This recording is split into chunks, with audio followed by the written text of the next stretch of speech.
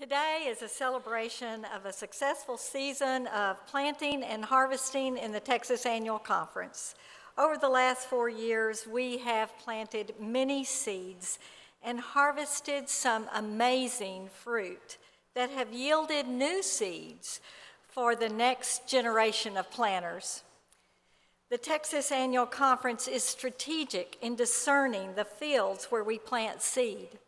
The first field is the field of fruitful missional congregations.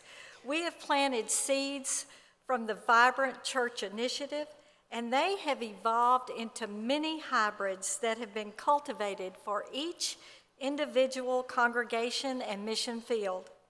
Today, laity are more aware of the harvest that lay outside their walls and are seeking to become better at recognizing our neighbor and reaching out in love to share the gospel. More and more congregations are participating in processes that help them evaluate their strengths and weaknesses so that they can make disciples for Jesus Christ for the transformation of the world. Vibrant churches are filled with followers of Christ who are making loving differences in their schools, community, and the world. As laity, we are planting seeds of love by investing in our local schools. Over the last 4 years, we have grown our presence in our community schools by reading programs, summer feeding programs, backpack programs, and programs that provide mentors for children. We are known for our mission to invest in the young.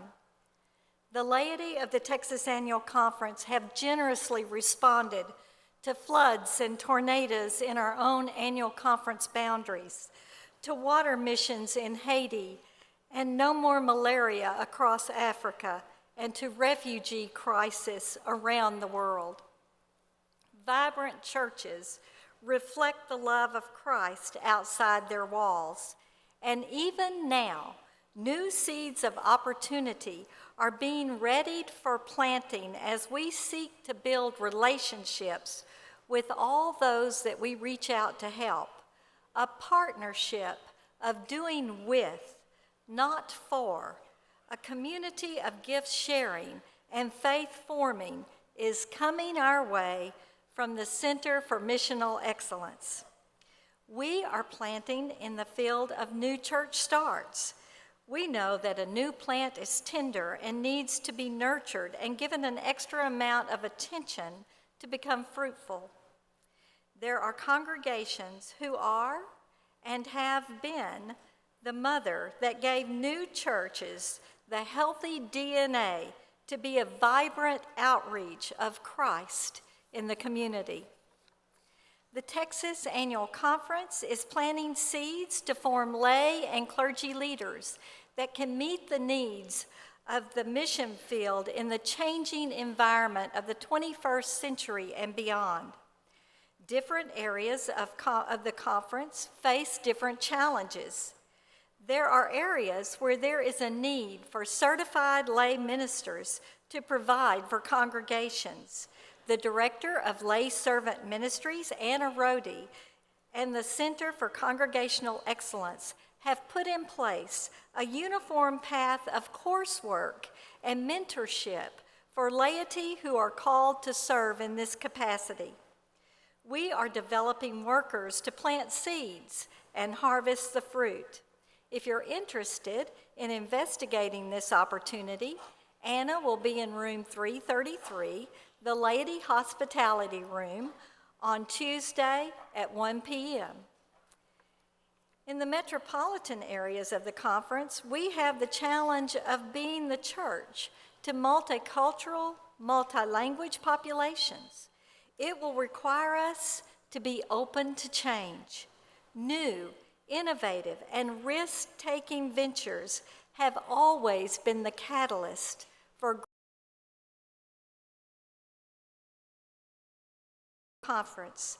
Under the leadership and passion of Bishop Janice Regal-Huey, recognize the vital importance of investing in the young.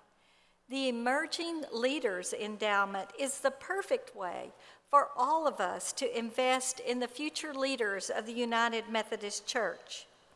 It will provide a permanent opportunity for us to identify and recruit young, gifted, diverse people to develop their ability to serve as transforming leaders and to equip them with practices and tools that will sustain them over a lifetime of ministry. As laity, we can plant into this field by giving generously to this endowment. You know, this reminds me of John Chapman.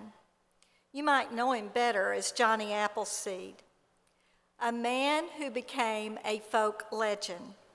John traveled from Pennsylvania, Ohio, and Illinois, planting trees from a sack of apple seed that came from his home orchard. But one of the most interesting facts is that Johnny did not grow apple trees in the conventional way of his time. You see, the way that they were grown was to graft a cutting to a young sapling. When the graft would take, the sapling would always become the exact tree of the graft. Johnny's apples were sour apples called spitters, used mostly for the making of hard cider and not fit for eating. During Prohibition, most of the apple orchards grown by Chapman were destroyed, but not all of them. And his penchant toward planting by seed lent itself to creating varieties of hardy American apples like the Red Delicious and Golden Delicious that are better fitted for eating or pie making. Had Chapman and the settlers opted for grafting, the uniformity of the apples from a grafted tree would have produced a staid and relatively boring harvest. It was the seeds, the cider, that gave the apple growers the opportunity to discover by trial and error the precise combination of traits required to prosper in the new world.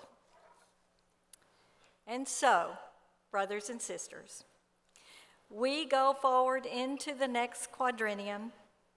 I challenge you to plant seeds that we might discover the precise combination of traits required for the United Methodist Church in the Texas Annual Conference to continue our legacy of leadership and produce fruit that will be transforming in the new world. Thank you for the opportunity to serve as conference lay leader these past 4 years.